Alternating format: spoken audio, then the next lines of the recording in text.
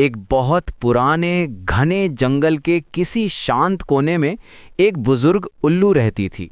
नाम था उजाला, और उसे सुबह से सख्त नफरत थी। हर सुबह जैसे ही सूरज की पहली किरण पत्तियों से छन कर आती, उजाला चिड़चिड़ाते हुए अपना सर अपने पंखों में घुसा लेती थी। ये सूरज इतना चिल्लाता क्यों है? पूरी दुनिया रात की तरह शांत खामोश क्यों नहीं रह सकती? उजाला की असली जिंदगी तो सूरज ढलने के बाद शुरू होती थी। तब वो पेड़ों के बीच बिल्कुल चुपचाप उड़ती, सब कुछ देखती, सुनती। वो ऐसी चीजें नोटिस करती जो दूसरों से मिस हो जाती थीं, जैसे चुपके से निकलती हुई लोमड़ियां, आपस में फुसफुसाते चूहे और जुगनू जो ऐसे टिमटिमाते मानो जमीन पर उतरे सितारे हों।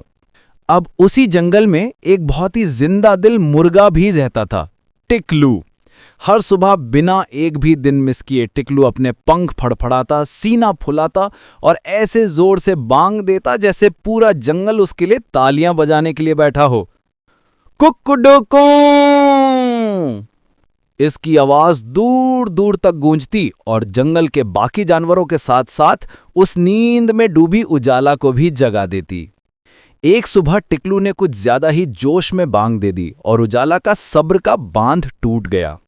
इस शोर मचाने वाले परिंदे को चुप कराना ही पड़ेगा। अगर मैं सो नहीं पाई तो मैं सोच नहीं पाऊंगी, और अगर मैं सोच नहीं पाई तो ये पूरा जंगल बेवकूफी में डूब जाएगा। तो अगले दिन आसमान में रोशनी होने से ठीक पहले वो उड़कर टिकलू के डरेबे तक पहुंची। प्यारे टिकलू, मैं तुम्हें काफी टाइम से देख रही हूं।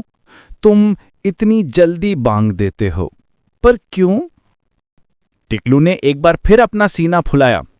मैं सूरज को जगाता हूं, ये तो सब जानते हैं।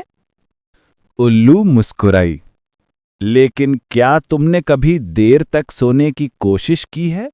सिर्फ एक दिन। देखो तो सही, क्या सूरज तुम्हारी बांग के बिना निकलता भी है या नहीं? टिकलू कंफ्यूज हो गया।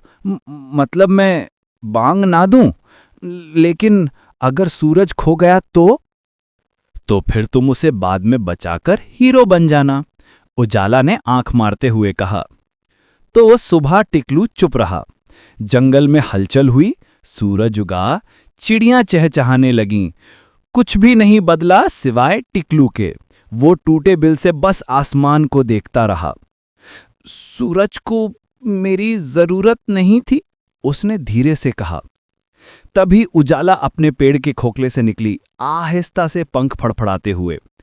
अब तुम समझे, सबकी अपनी एक जगह होती है, लेकिन दुनिया किसी एक के पंख पर नहीं चलती।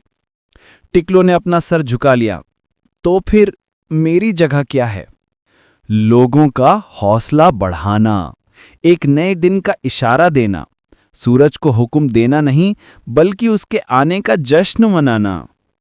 उस दिन के बाद से टिकलू ने बांग देना नहीं छोड़ा, लेकिन अब वो सूरज को जगाने के लिए नहीं बल्कि उसका स्वागत करने के लिए बांग देता था। और अजीब बात यह थी कि उजाला को भी अब वो आवाज अच्छी लगने लगी थी। शायद ये सुबह इतनी भी बुरी चीज नहीं है अगर इसे सही कानों से सुना जाए। अक्सर हमारा घमंड हमें सच्चाई से दूर रखता है, लेकिन जब वो सच सामने आता है ना, तो वो इंसान को नीचे गिराता नहीं है बल्कि उसे और भी ऊपर उठाता है, एक नई समझ के साथ।